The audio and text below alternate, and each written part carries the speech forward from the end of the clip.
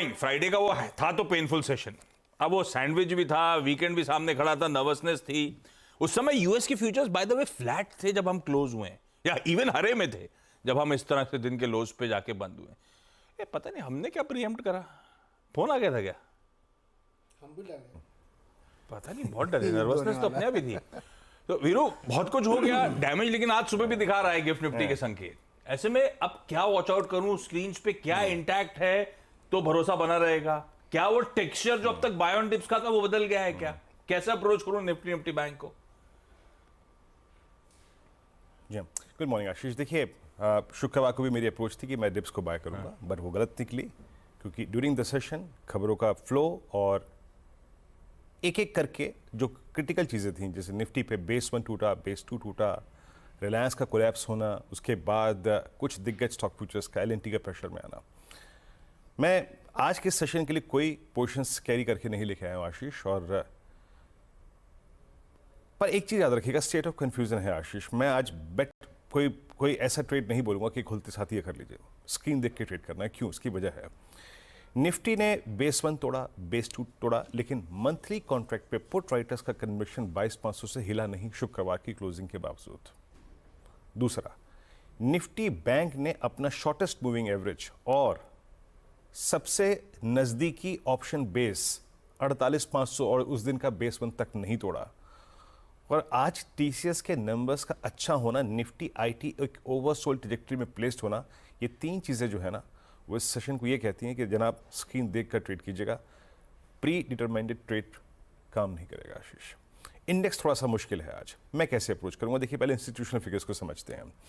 8,027 करोड़ रुपए की एफआईएस की सेलिंग, डीआईएस की लगभग 6341 करोड़ रुपए की बाइंग, 1956 करोड़ रुपए का 96 करोड़ रुपए का एफआईएस ने इंडेक्स बेचा, 16,000 कॉन्ट्रैक्ट लॉन्ग काटे, यानी पिछले 2 सेशन में जो उनकी तरफ से लॉन्ग आए थे ताबड़तोड़, उन्होंने उसको ट्रिम किया। 6858 करोड़ रुपए की स्टॉक फ्यूचर्स में सेलिंग, 40,000 कॉन्ट्रैक्ट रिड्यूस किए लॉन्ग, शॉर्ट 48,000 कॉन्ट्रैक्ट किए।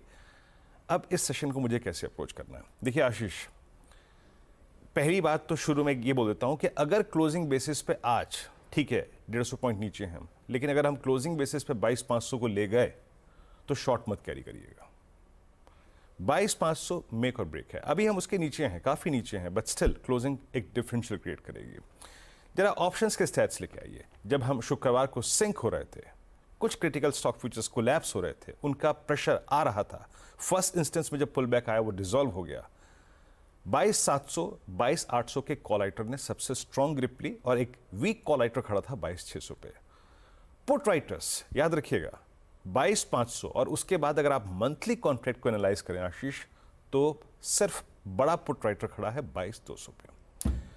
पिरामिड्स लेके आइए, और ये क्लियरली आई थिंक आज के और इस न्यूली कमेंस्ड वीकली कॉन्ट्रैक्ट के जो स्टैट्स है उसको डिफाइन कर देगा और उसके क्लस्टर्स को डिफाइन कर देगा। ये 3 बड़े कॉल राइटर्स, उसमें से एक वीक कॉल राइटर और बड़ा पुट राइटर 22,200 पे प्लेस्ड है। मैं कैसे अप्रोच करूंगा? देखिए इस फर्स्ट इंस्टेंस में इस गैप डाउन के साथ 2 बातें याद रखिएगा, प्लीज बेस 1 लेके आइएगा। अभी मैं इन 2 क्लस्टर्स को मानता हूं कि यहां तक निफ्टी जा सकता है स्पेन में। वो क्या है? 22,380, अगर 22,500 टूटता है तो ये है 20 डे एक्सपोनेंशियल मूविंग एवरेज। ये एक ऐसा पॉइंट है जो पुल बैक जनरेट कर सकता है, याद रखिएगा। और उसके नीचे कोई बड़ा पॉइंट है अगर, तो वो है 22,264, 221। तो ये मैं इसको डिफाइन इसलिए कर रहा हूं कि अगर आपने शॉर्ट लिया या फिर आप शॉर्ट करें तो ये वो पॉइंट्स हैं जो पुल बैक जनरेट करेंगे। वीकनेस तब तक परसिस्ट करेगी आशीष, जरा प्लीज रेजिस्टेंस लेके आइएगा, जब तक आप फर्स्ट लाइन ऑफ रेजिस्टेंस को नहीं पार कर देते, और वो क्या है? 610, 661। अगर इसके ऊपर चलना शुरू कर दे तो फिर शॉर्ट के थॉट मत रखिएगा, और 710 को क्रॉस कर दे तब जाके कन्विक्शन आएगा, जब आप कॉल राइटर्स के गढ़ में आके ट्रेड करने लगेंगे। बेटर है 610, 660 की 1 के बीच में न्यूट्रल रहे, तो ऐसे अप्रोच करिए। हाँ, लेकिन शॉर्ट ऑन राइज तब तक काम करेगा टिल द टाइम 610 का जोन, यानी पहले कॉल राइटर का जोन नहीं स्ट्राइक हो रहा है। और फिर कहूंगा मैं 380 और नीचे 261, 221, उस पर नजर रखिएगा। मैं ट्रेड अकॉर्डिंगली लूंगा जैसे बाजार खुलेगा। Nifty bank state of confusion यहां से आ रहा है, ये टूटा, लेकिन अभी तक फर्स्ट लाइन ऑफ डिफेंस जिसे कहते हैं पुट राइटर्स का पहला जोन, वो भी नहीं टूटा। और इवन जब आप पिरामिड्स को देखेंगे आशीष, तो आपको लगेगा कि पुट राइटर्स ने अपना आई थिंक जो कन्विक्शन है उसको कम नहीं किया। ठीक है, 49,000 पे, ठीक है 48,800 पे कॉल राइटर्स हैं, बट 48,500 का और 48,000 का पुट राइटर्स अच्छे से बैठे हुए हैं, उनके कन्विक्शन में कोई कमी नहीं थी। बेस लेके आइएगा। मैं अभी वकालत नहीं करूंगा इस गैप डाउन के साथ निफ्टी बैंक को शॉर्ट करने की, जिसने अभी तक कंट्रीब्यूट नहीं किया इसमें। याद रखिएगा पहला बेस है 367 210। 210 क्या है? That's 10 day exponential moving average, जो कि निफ्टी का लो था शुक्रवार का। तो जब तक बेस 1 नहीं टूट रहा है, नो शॉर्टिंग थॉट्स। ये बेस 1 कभी भी पुल बैक जनरेट कर सकता है। हाँ, बेस 1 की ट्रेजेक्टरी टूट रही है, दैट मीन्स निफ्टी बैंक अपने आप को प्रिपेयर कर रहा है 48,000 के लिए, और वो अगर टूटा तो उसके बाद 47725, that is 20 day exponential moving average. Base 1 तक कोई शॉर्टिंग थॉट्स नहीं। बेस 1 अगर स्क्रीन पर रहेगा, कभी भी कोई भी पुल बैक दे सकता है टुवर्ड्स 48,400, जो कि पहले कॉल राइटर्स का जोन है। मैं आशीष एक कड़ी यहां पे जोड़ देता हूं बस। निफ्टी आईटी और टीसीएस, ये आज के सबसे 2 क्रिटिकल कंपोनेंट्स हैं।